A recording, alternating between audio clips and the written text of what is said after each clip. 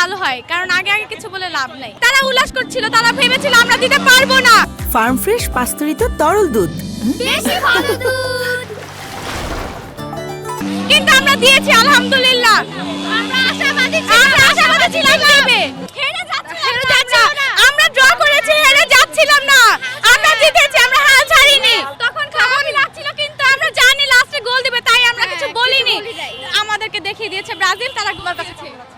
আমার কাছে তখন নরমাল লাগতেছিল, কারণ আমরা জানি যেটা হবে আমরা জিতবই। এটা মানে অনেকটা আনএক্সপেক্টেড ছিল, তাও এক্সপেক্টেড ছিল যে গোল দিব, জিতবো, এটা এক্সপেক্টেড ছিল।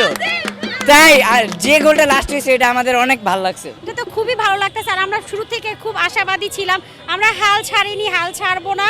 আমরা হারি বা জিতি, ব্রাজিল ছিলাম, থাকবো সবসময়। আমরা ব্রাজিলের জন্য দোয়া এবং শুভকামনা অলওয়েজ থাকবে। Best of luck Brazil!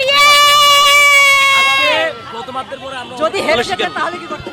আজকে আমরা প্রথমার্ধে অনেক টলের শিকার হয়েছি, মবের শিকার হয়েছি। এটা আসলে কেন? আর্জেন্টিনার সাপোর্টাররা একটা দলকে সাপোর্ট করতে পারে, তার জন্য তারা গুপ্তভাবে করবে।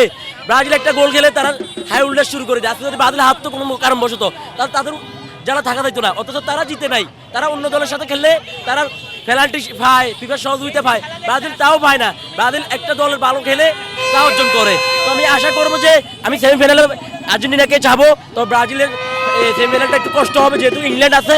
আমরা ইনশাল্লাহ আশাবাদী ইংল্যান্ডের সাথে ব্রাজিল জিতে খেলা হবে। তবে